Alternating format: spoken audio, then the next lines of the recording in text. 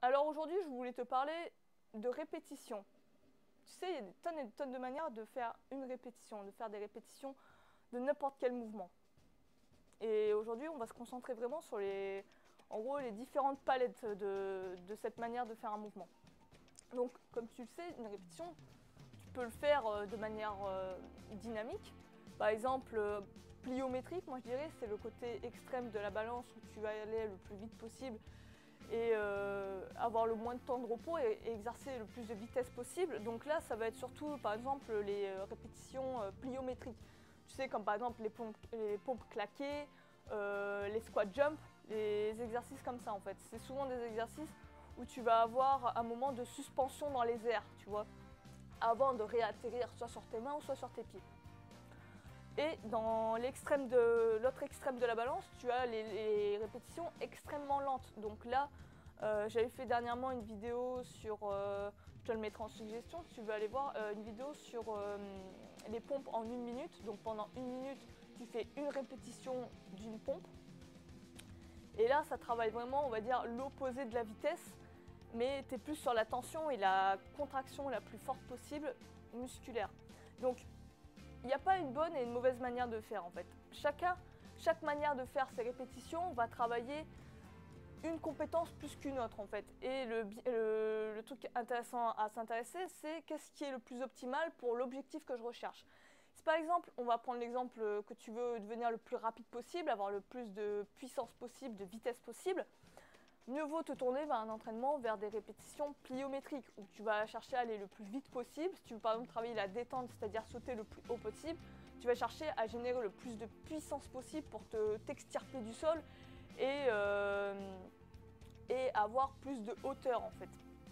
Et dans le côté opposé, si tu veux plus de construction musculaire, de force, tu vas rechercher plus de contrôle musculaire, plus de tension, avec le moins de rebond possible, le moins de momentum, en anglais on dit ça, d'élan si tu préfères.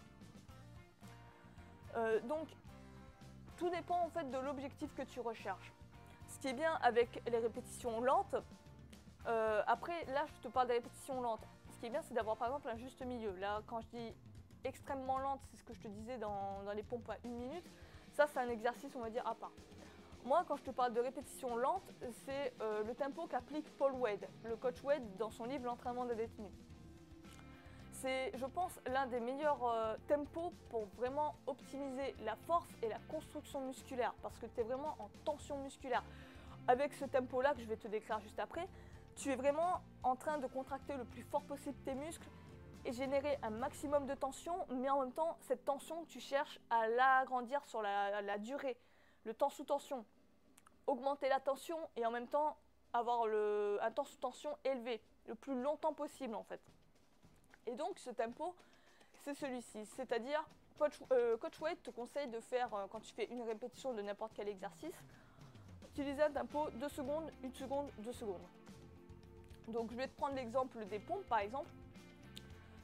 Admettons, tu vois, tu es en position de pompe classique, tu t'apprêtes à faire ta répétition. Tu t'abaisses pour la phase négative sur 2 secondes. 1, 2 secondes. Tu maintiens 1 seconde. C'est intéressant de maintenir cette seconde en bas du mouvement parce qu'en fait ça t'enlève tout élan, tout effet de rebond. Tu ne peux en guillemets plus tricher. Et en même temps, ça te fait travailler une contraction dite isométrique. Tu sais, c'est la contraction du gainage, tu vois, une autre manière de contracter les muscles. Donc ça te fait comme un léger gainage. Et une fois que tu as fini cette seconde, tu remontes 1, 2 secondes. Sur 2 secondes, tu refais la phase positive en haut du mouvement jusqu'à arriver à ta position initiale. Et tu répètes comme ça ce tempo. Tu verras au début, c'est vraiment, si tu n'as pas l'habitude de le faire, tu verras, ça sera assez fatigant et éreintant pour tes muscles parce que si tu es habitué à faire un tempo plus rapide, tes muscles ont été un peu trop aidés par l'élan et le rebond. Donc, tu leur demanderas ainsi plus d'efforts musculaires. Mais c'est intéressant parce que ça fait aussi une progression. Tu vois, au lieu de par exemple chercher constamment à rajouter des répétitions ou à rajouter du poids, bon en street il y en a aussi qui font du lesté, mais en street c'est plus du poids ou chercher à travailler des techniques de plus en plus difficiles et avancées. Au lieu de chercher ça comme progression, tu peux ajouter le tempo en faisant un tempo plus lent ou même plus rapide avec des exercices pliométriques. Si tu fais des pompes claquées, tu te rendras compte qu'elles seront beaucoup plus difficiles que des pompes classiques. Et donc pour revenir au côté pliométrique, tu veux travailler l'explosivité et tout, le mieux c'est vraiment de travailler à mettre le plus de vitesse possible et à jouer justement avec ce rebond myotatique, tu sais c'est le rebond réflexe.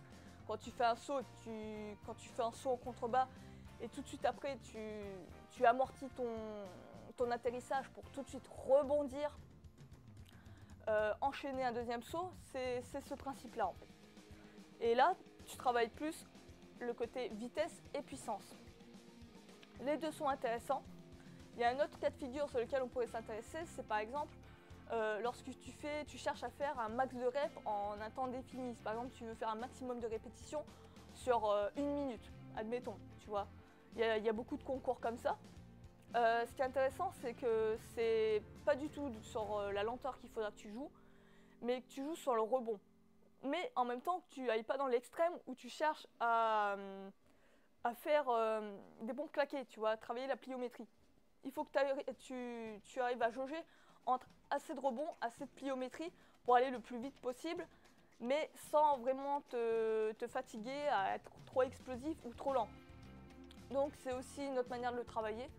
En gros, tu as des tonnes et des tonnes de variantes et comme je te dis, ça dépend en fait des objectifs. Si tu veux faire le plus de répétitions possible en un temps donné, il faut que tu sois dynamique. Il ne faut pas que tu sois trop lent, sinon ça va te plomber tes performances en fait. Voilà, c'est tout ce que j'avais envie de te dire sur ce sujet, dans cette petite vidéo. Alors n'hésite pas à me dire ce que tu en penses toi dans les commentaires. Qu'est-ce que tu privilégies? Qu'est-ce que tu aimes travailler? Est-ce que toi justement tu travaillais plus sur des répétitions rapides alors que tu voulais construire de la force ou de l'endurance? N'hésite pas à t'exprimer en commentaire. C'est avec plaisir de pouvoir te lire. Et ben moi je te dis à demain pour une nouvelle vidéo. Si tu veux, parce que là en ce moment je suis dans le challenge 30 jours 30 vidéos. Donc si tu veux savoir lorsque je sors de nouvelles vidéos, je t'invite à t'abonner, comme ça tu en loupes aucune. Et sur ce, ben moi je te dis à demain. Ciao, bye.